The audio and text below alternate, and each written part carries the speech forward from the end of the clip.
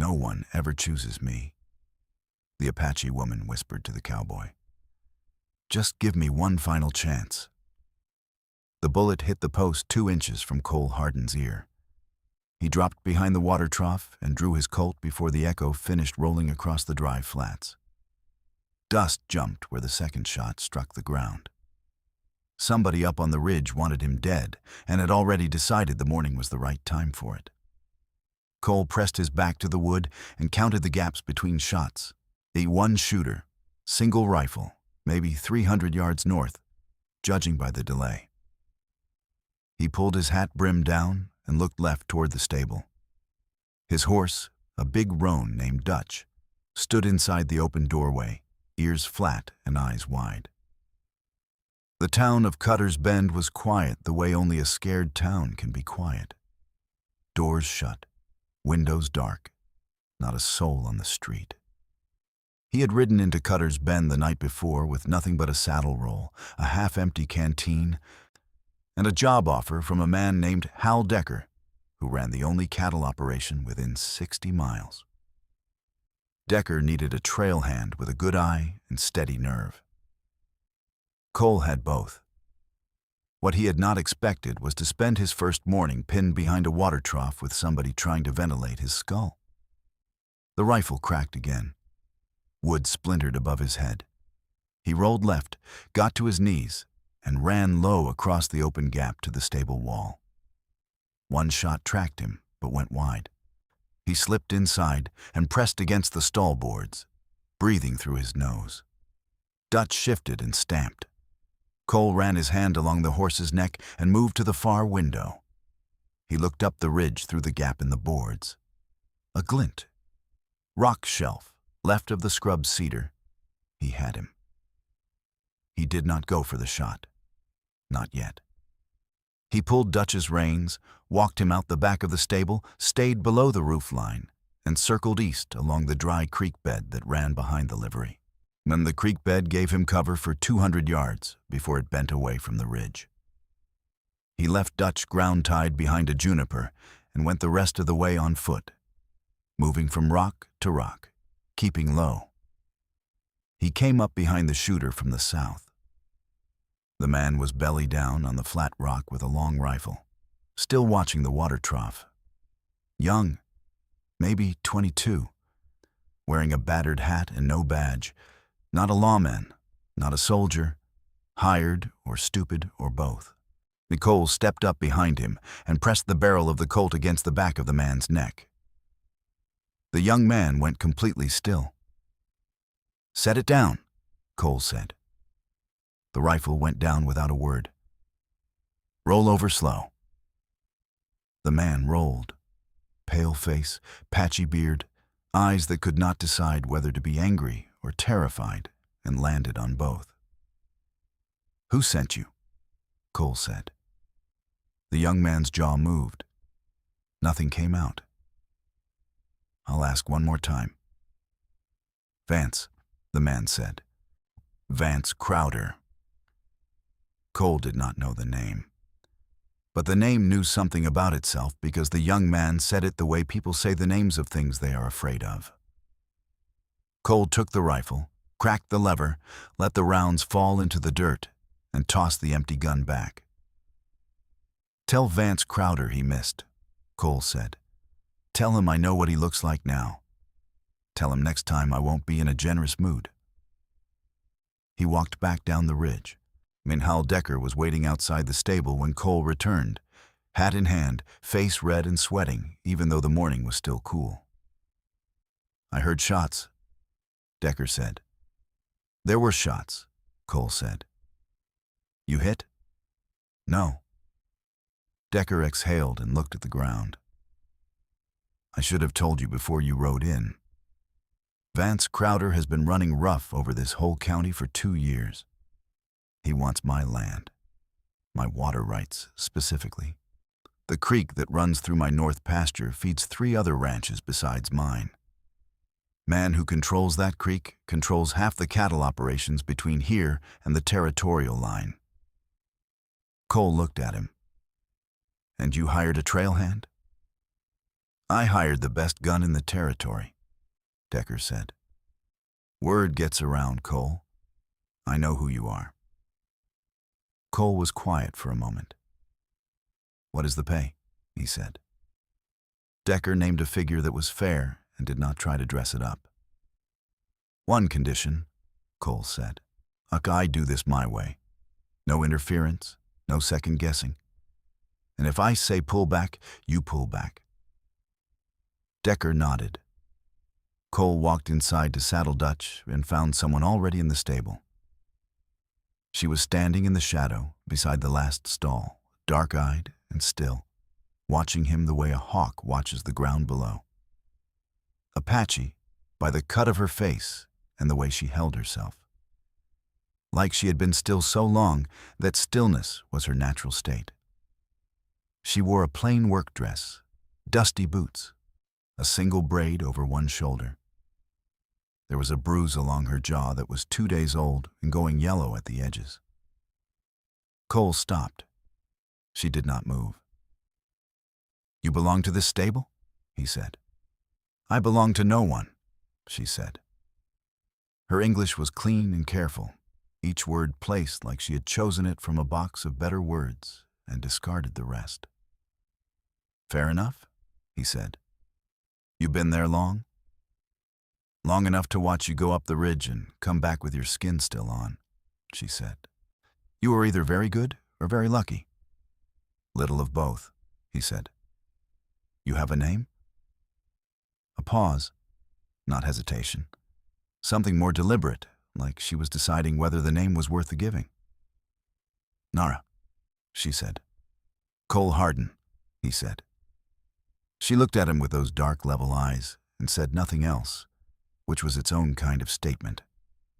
He saddled Dutch, checked the cinch, and was halfway out the door when her voice came again from the shadow. Vance Crowder has 5 men on his payroll who are not cowboys, she said. He also has the county sheriff, and he has my brother locked in his bunkhouse because my brother saw something Crowder did not want seen. Cole turned around. Nara stepped forward into the stripe of morning light coming through the boards. The bruise on her jaw caught the light and made its own argument. How long has your brother been in that bunkhouse? Cole said. 11 days, she said. Cole looked at her. She did not ask. She did not beg.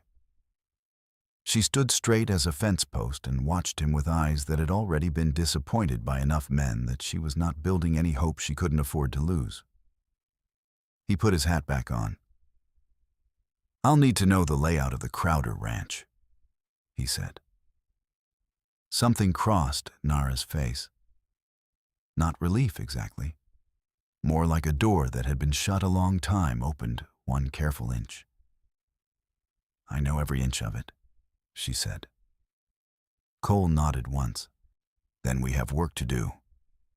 Outside, the sun climbed over the ridge, and Cutter's Bend stayed quiet. The way a town stays quiet when it already knows something bad is coming and has decided to let it come. The Crowder Ranch sat 3 miles northeast of Cutter's Bend, spread wide across a flat-bottomed valley where the creek ran cold even in July. It was the kind of spread that had been built with other people's losses. Fences pushed out a little each year, water rights acquired through deals that were never quite legal, but were never quite challenged either. Vance Crowder understood that in this part of the territory, the man who controlled the water controlled everything else by extension, and he had spent 12 years engineering that control one document and one threat at a time. Cole rode the perimeter road at an easy walk, Nara on a gray mare beside him, both of them looking like drifters with nowhere to be. She told him what he needed to know in a low, even voice, without drama, pointing with her chin the way her people did, instead of with a finger. The bunkhouse sat at the southwest corner of the yard, she said. Stone foundation, single window on the east wall, door that faced north toward the main house. 2 men rotated guard on it, 4 hours each. The current rotation put Wade Fuller on the morning shift, and Wade Fuller drank from a flask every 40 minutes, whether he needed to or not, well, which meant he was 3/4 useless by 9 in the morning and completely useless by noon. "Your brother," Cole said. What did he see? He was working the north fence line for Crowder, Nara said.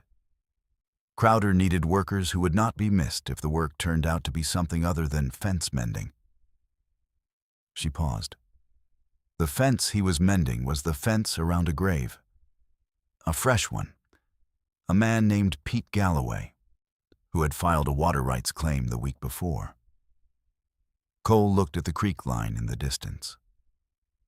Crowder killed a man over a water filing, he said. Crowder kills over less, Nara said. My brother was useful as long as he dug. When the digging was done, he became a problem to be managed. What is your brother's name? Eli, she said. A single syllable, but she said it with the full weight of 11 days behind it.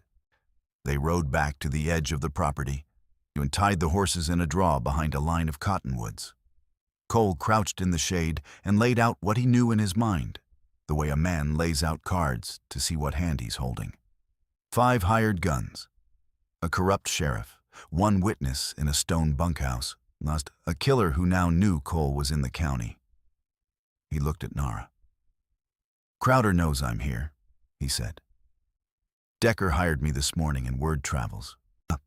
He will move on Eli before I can put together a proper play. Yes, she said. Which is why we do not have until tonight. Cole studied her. There was no panic in her, no trembling, no urgency that expressed itself the way fear expresses itself in people who have not yet learned to manage it. What she had instead was a kind of compressed readiness, like a bowstring drawn back and held there. Not because the archer was afraid to shoot, but because the moment was not yet exactly right. What do you want me to do? He said. Nara reached into the fold of her dress and produced a folded piece of paper. She opened it and passed it to Cole. It was a rough drawing, precise lines, proportions that matched what he had ridden past. The yard, the bunkhouse, the main house, the stable. 2 guard positions marked with small circles. I drew this from memory 3 nights ago, she said. And I have not been able to get past the outer fence since Crowder put Fuller on the bunkhouse door. Cole looked at the drawing for a long moment. You had a plan before you found me, he said. She met his eyes without apology. I had most of a plan. The part I was missing was the part that walks through a front door in daylight and does not get shot. He almost smiled at that. Almost. I need a distraction, he said. Something that pulls every eye in that yard to the north side of the property for 4 minutes. Not 3, not 5, 4. The grain shed is on the north side, Nara said. It is mostly empty this time of year. Cole looked at her. I am not asking you to burn anything, he said. I know, she said. I am telling you it would make a very large distraction. He exhaled through his nose. 4 minutes. 4 minutes, she agreed. He looked back at the drawing. You ride in from the east when the smoke starts. Stay off the main approach. There is a drainage ditch that runs along the east fence. You said so yourself. You use that to get to the bunkhouse window. I will come through the front of the yard on Dutch at the same time the smoke starts. Every man in that yard will have to choose between the fire and a stranger on horseback. Nobody can watch 2 things at once. Nara was quiet. They will shoot at you, she said. They will try, Cole said. Well, I am harder to hit than I look. She studied him for a moment, and then looked away toward the creek. You are doing this for Decker, she said. It was not an accusation. It was a question dressed as a statement. I am doing this because your brother is in that building for the crime of digging where he was told to dig, Cole said. And because Crowder put that bruise on your jaw and thought that was the end of it. Nara's hand did not go to her face. She had more dignity than that.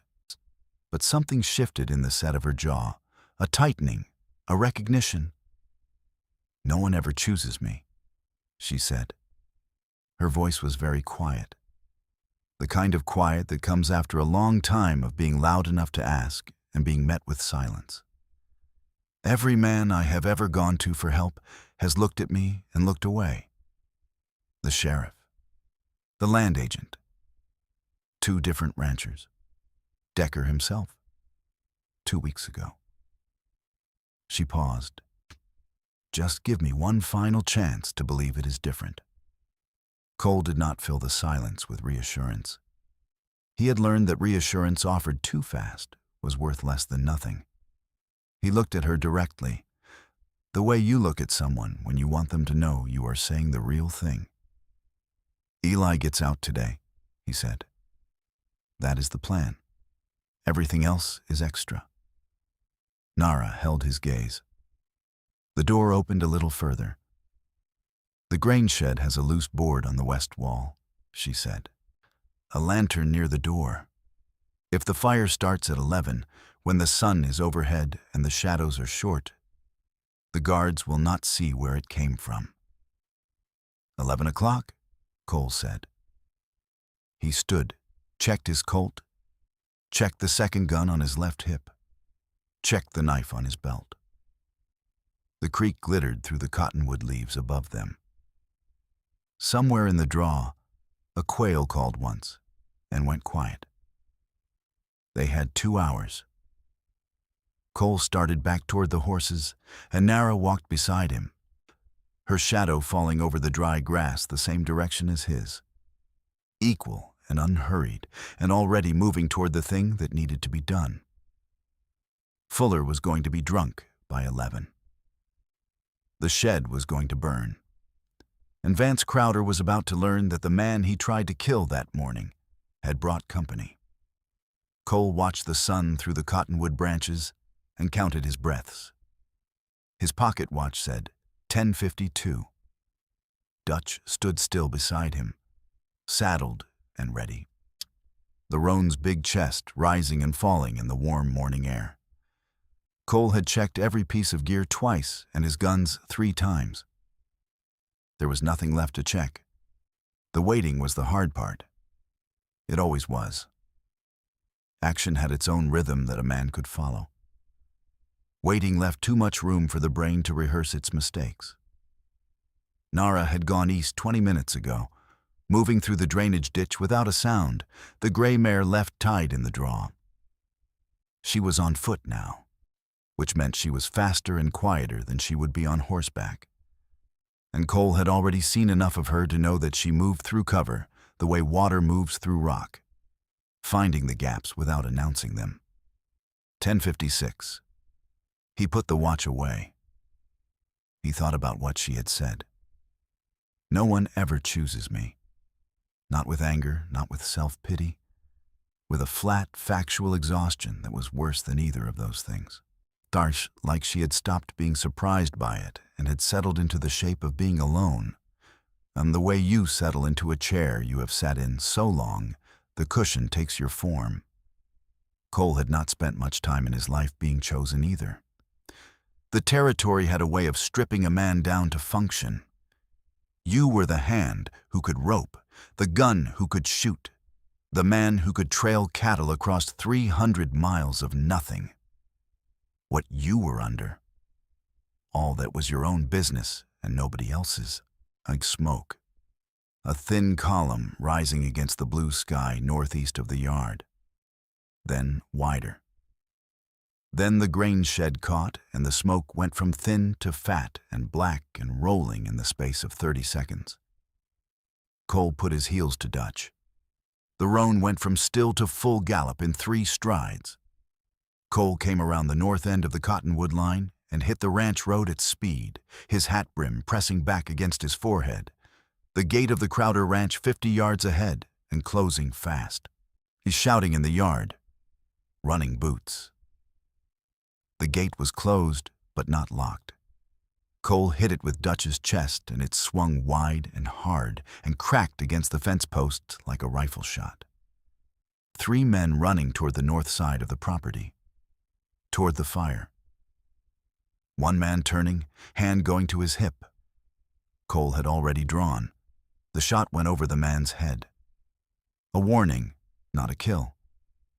The man went flat on the ground and chose to stay there, which was the smart play. Cole pulled Dutch to a stop in the center of the yard and swung down, keeping the roan between himself and the main house. Another man came out of the bunkhouse door, saw Cole, and froze. This one was Fuller. Flask in one hand, rifle in the other, face red and confused and drunk enough that the combination of fire and a stranger on horseback in the yard was one problem too many. "Set the rifle down, Fuller," Cole said. Fuller blinked. "I know your name," Cole said. "I know what you are being paid for. Set the rifle down and walk toward the fence, and nothing happens to you today." Fuller set the rifle down. Cole moved. He went past Fuller at a run, hit the bunkhouse door with his shoulder, and came through into the dim interior. 2 cots, a slop bucket, 1 small window, and a man sitting against the far wall with his wrists bound to a support post, face swollen and dirt-caked, but eyes clear and sharp. Eli. He looked enough like Nara that the word was unnecessary. Same dark level eyes, same set of the jaw. Cole crossed the room, pulled the knife, and cut the rope in 2 passes. Eli's hands came free. He gripped the post and pulled himself upright, knees unsteady after 11 days, jaw set against whatever pain was making itself known in his legs. "Can you ride?" Cole said. "Put me on a horse and find out," Eli said. A shot outside. Cole went back through the door in a crouch. The man who had gone flat on the ground had found his nerve and was up on 1 knee behind the water trough, which was the exact play Cole would have made in his position. "That trough is wood," Cole called. "My rounds go through wood like it owes me money. You want to try that theory, or you want to have a conversation?" A pause. "Conversation," the man said. Nara came around the corner of the bunkhouse at a run, 1 hand on Eli's arm before Cole had time to say anything, and the 2 of them locked eyes for a second in the way siblings do when the relief is too big and the moment too exposed to say the real thing out loud. Then she looked at Cole. "There are still 2 men between us and the east fence," she said. "I see one," Cole said. The second one came out of the stable leading a horse, which told Cole the man was running rather than fighting, which was useful information. People running did not shoot straight. Cole stepped into the open, and the man saw him and let go of the horse and kept running on foot, which told Cole more about his nerve than anything else. The first man was still behind the trough. "What is your name?" Cole called. "Danny Goff," the man said. "Danny Goff. Crowder tried to kill me this morning and missed. He locked an innocent man in a bunkhouse for 11 days. Your loyalty to a man like that has a price, and the price is too high. Ride out and do not come back." A long pause. Danny Goff stood up from behind the trough, hat in hand, and looked at Cole with the particular expression of a man who has done a cost-benefit calculation and found it does not favor the direction he's been pointing. He walked to the stable and came out with his horse. He rode north. The grain shed was burning fully now, sending a tall black column straight up into the windless sky. But the 3 men who had run toward it were standing at a safe distance watching it go, having made the sensible decision that an empty shed was not worth dying over. Vance Crowder was not in the yard. Cole looked at the main house. Nara was watching him. "He will be inside," she said. "He does not come out when things go wrong. He is not that kind of brave." Eli stood on his own now, still unsteady but vertical and present. "We have what we came for," Nara said quietly. Not a question. More like she was reminding herself of the terms of the agreement and checking whether Cole intended to exceed them. Cole looked at the main house one more time. "Today," he said, "we have what we came for." He turned, and they walked to the east fence and through the gap beside the drainage ditch, Eli between them, the shed burning behind them, and Vance Crowder still inside his house behind glass, watching them leave. They made it back to the cottonwoods before Eli's legs finally made their argument and won.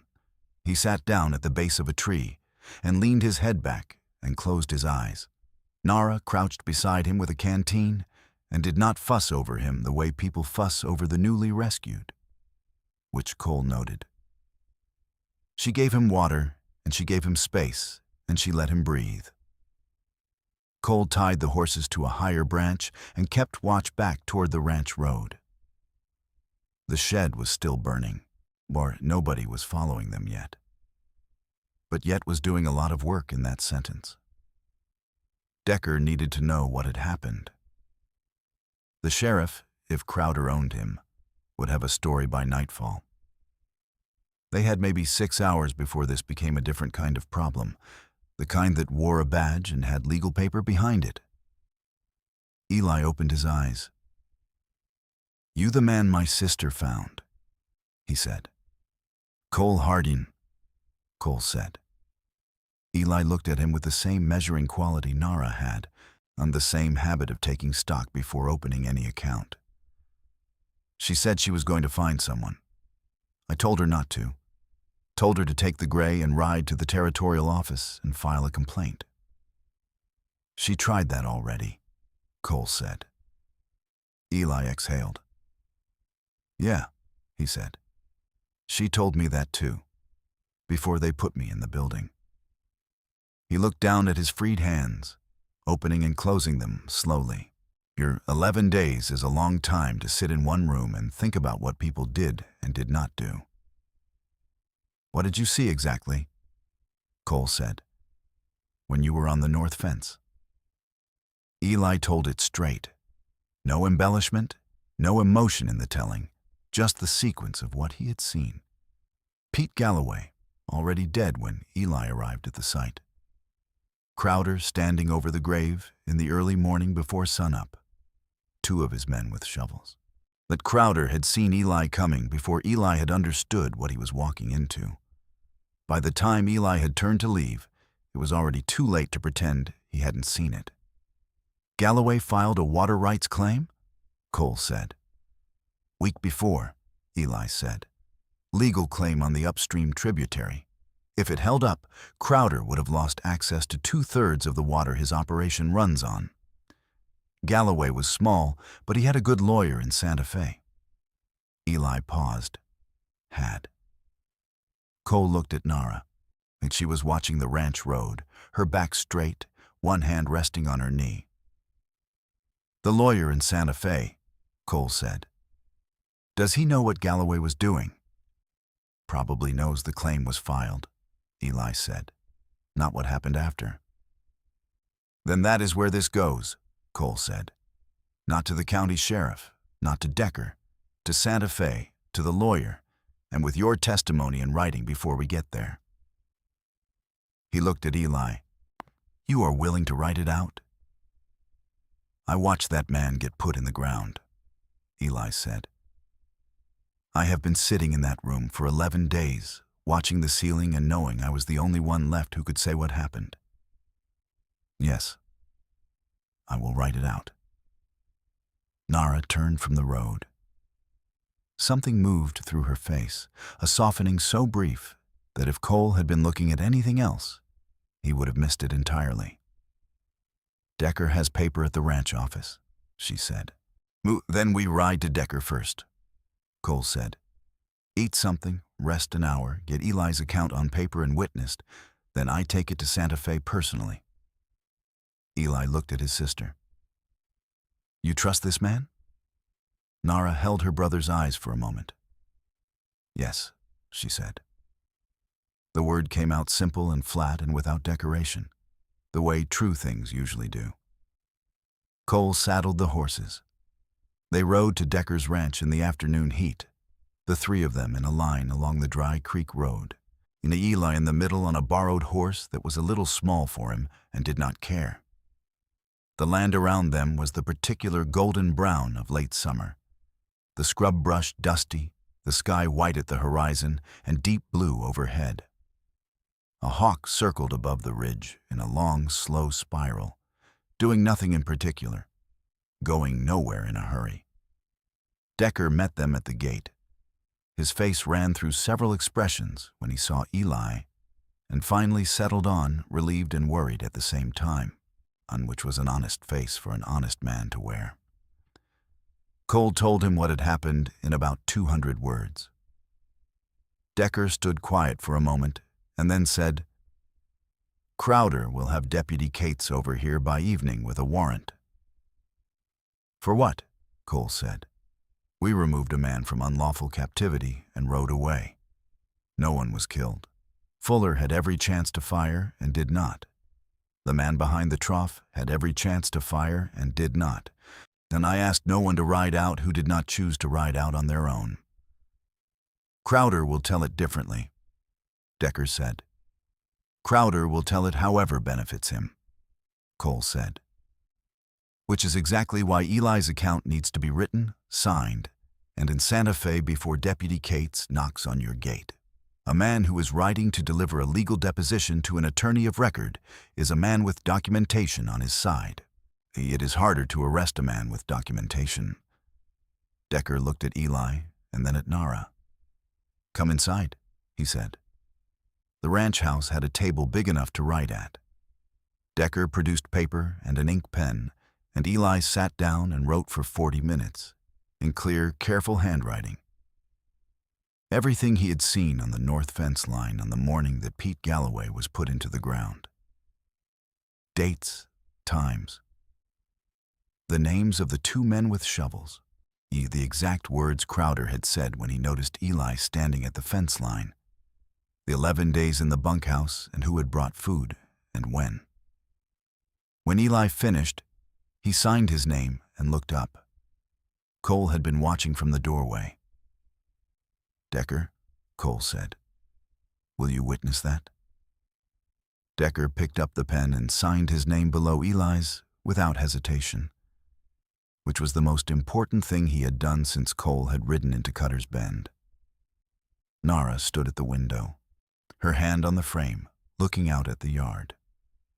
The sun was dropping toward the western ridge, and the shadows in the yard were going long. Cole folded the document, tucked it inside his vest, and buttoned it closed. I ride at first light, he said. Eli looked at him. Santa Fe is 3 days. 2.5 if the road holds, Cole said. Crowder will know where you are going, Nara said, still at the window. The road to Santa Fe is not complicated. There is 1 pass and 2 river crossings where a man could be stopped. I know, Cole said. She turned from the window and looked at him directly. Then I ride with you, she said. Eli opened his mouth. Eli, she said. 1 syllable, the full weight of the past 11 days behind it. Eli closed his mouth. Nara looked back at Cole. I know the pass better than any man Crowder could hire. I know the river crossings and the back ways around both of them. And I have been sitting still for 11 days, waiting for someone to move. I am done sitting still. Cole looked at her for a moment. The last light was coming through the window beside her, catching the side of her face where the bruise was fading. First light, he said. Nara nodded once. Outside, the hawk was gone from the sky. The ridge had gone dark, and the first stars were showing over the eastern flats, faint and early and very far away. and they left Decker's ranch before the sun was fully up, while the sky was still that thin gray blue that comes before color arrives. Cole on Dutch, Nara on the gray, both horses loaded light for speed. Decker had given them food for 3 days, a spare box of ammunition for Cole's rifle, and a quiet handshake at the gate that said more than the words he did not have. Eli was staying at the ranch. It had taken him half the night to agree to it. And the agreement had finally come, not from argument, but from Nara placing her hand flat on his chest and looking at him until the fight went out of him. He was in no condition to ride hard across 3 days of open country, his legs still unreliable and his left hand showing signs of damage that would need more time than 1 night's rest to repair. Decker would look after him. Deputy Cates would almost certainly come. And when he did, Eli being present and unarmed and clearly in poor health was better for their purposes than Eli being absent. A ghost was harder to prosecute than a man. Cole and Nara rode northwest from the ranch for the first hour, away from the Santa Fe road, making time across open ground before the land rose toward the ridge. Crowder had men. If any of them were watching the south road out of Cutter's Bend, they would be watching for 2 riders heading southeast. 2 riders heading northwest first. And then cutting back through the pass at Elk Gap would add 6 miles but subtract the most obvious risk. Nara led the way through the first part without being asked. She rode like the land was something she read rather than crossed, picking the line of least resistance through the scrub and rock with a certainty that had nothing to do with maps. Cole rode beside her when the ground allowed it. The first hour passed in near silence, which was comfortable rather than strained. Cole had been around enough people who used silence to punish, and enough people who used it to think to know the difference. Nara's silence was the second kind. She was working through something in her head, and she was doing it efficiently. "You grew up in this country," Cole said. "In it and from it," she said. "My mother's people had land in this valley before the survey lines came. When the lines came, the land did not change. Only the names on the paper changed." A pause. "My mother worked for 3 white families before she met my father. Eli and I grew up understanding that you could live in a place for generations and still be the person who was asked to use the back door." Cole let that sit. "Your father," he said. "Scotsman," she said. "He loved my mother the way a man loves something he found that everyone else missed, fiercely and without apology." Another pause. "He died when I was 12. After that, it was just us and the back door." Cole looked at the ridge ahead. "Crowder's man who put the bruise on your face," he said. "Fuller," she said. "He came to my door 2 weeks ago to tell me to stop asking questions about Eli. He thought the message would land harder if he delivered it with his hand." She said it without heat, the way you describe a piece of weather that has already passed. "I filed a complaint with Deputy Cates the same day." "What did Cates do?" "Told me Fuller had been with 2 other men the previous evening and could not have been at my door," she said. "Then he told me to go home." Cole did not say anything for a moment. The ridge was closer now, the Elk Gap showing as a notch against the brightening sky. They were making good time. Dutch had settled into his long ground-eating walk, onto the kind of pace a trained horse could hold for hours without burning down. "When we get this to Santa Fe," Cole said, "the lawyer will file for an investigation. It will take time. It may take months." "I know," Nara said. "Crowder will not sit still during those months," Cole said. "He will look for ways to discredit Eli, to discredit you. He will look for pressure points." "I know that too," she said. "I am saying this because you should go into it with clear eyes," Cole said. "This is not finished when we hand over the paper." Nara turned her head and looked at him with a directness that was not aggressive and not soft, just fully present. "Cole Hardin," she said. "I have been going into things with clear eyes my entire life. I never had the option of looking away." He held her gaze for a moment. "No," he said. "I do not suppose you did." They rode up through the Elk Gap as the sun came over the eastern ridge, and the light fell down across the valley below them in long, warm angles, making the scrub brush throw shadows 3 times their own length. At the top of the pass, Cole stopped Dutch and looked back. The smoke from the grain shed was gone. The valley was quiet. No dust on any road, no riders following. He looked forward, south and east, toward the long, empty miles that would eventually become Santa Fe. Nara stopped the gray beside him.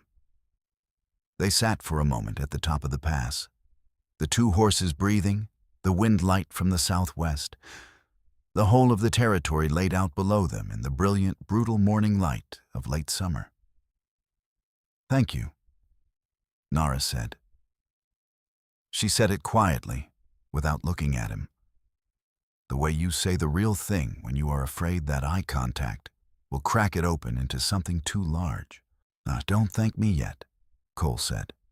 "We have 2.5 days. 2.5 days, she said. They started down the south side of the pass, and the land opened before them wide and clear, and they rode into it at a pace that felt, for the first time in 11 days, like something other than running away. The road to Santa Fe was long, and the county was behind them, and the document inside Cole's vest was the most dangerous thing either of them was carrying. It was enough. For now it was enough. And when they reached the bottom of the pass and the trail widened enough to ride abreast, Cole did not ride ahead and Nara did not fall behind. They rode side by side, equal shadows on the dry ground below, moving toward the same thing at the same pace. The morning burning off the last of the blue, and turning the sky the deep, honest gold of a day that intended to be reckoned with. Vance Crowder would make his moves. Deputy Cates would follow orders. The machinery of corruption that had run this county for 2 years would not stop turning simply because 2 riders were carrying a piece of paper south. But Pete Galloway would get his name said in a court of law. Eli would walk out of Decker's ranch on his own 2 feet. And Nara would stop being the person who was told to use the back door. Cole had made no promises out loud. He did not make promises out loud. But inside his vest, folded against his ribs with every step Dutch took, the document was its own kind of promise, written in ink and signed by a man who had seen the truth and was willing to say so. That was all the law had ever really been, underneath all its paper and its badges and its courthouses. One person willing to say what they saw. They rode south. The Hawks rode the thermals above them, going nowhere in particular, watching everything. The territory stretched on and on and on.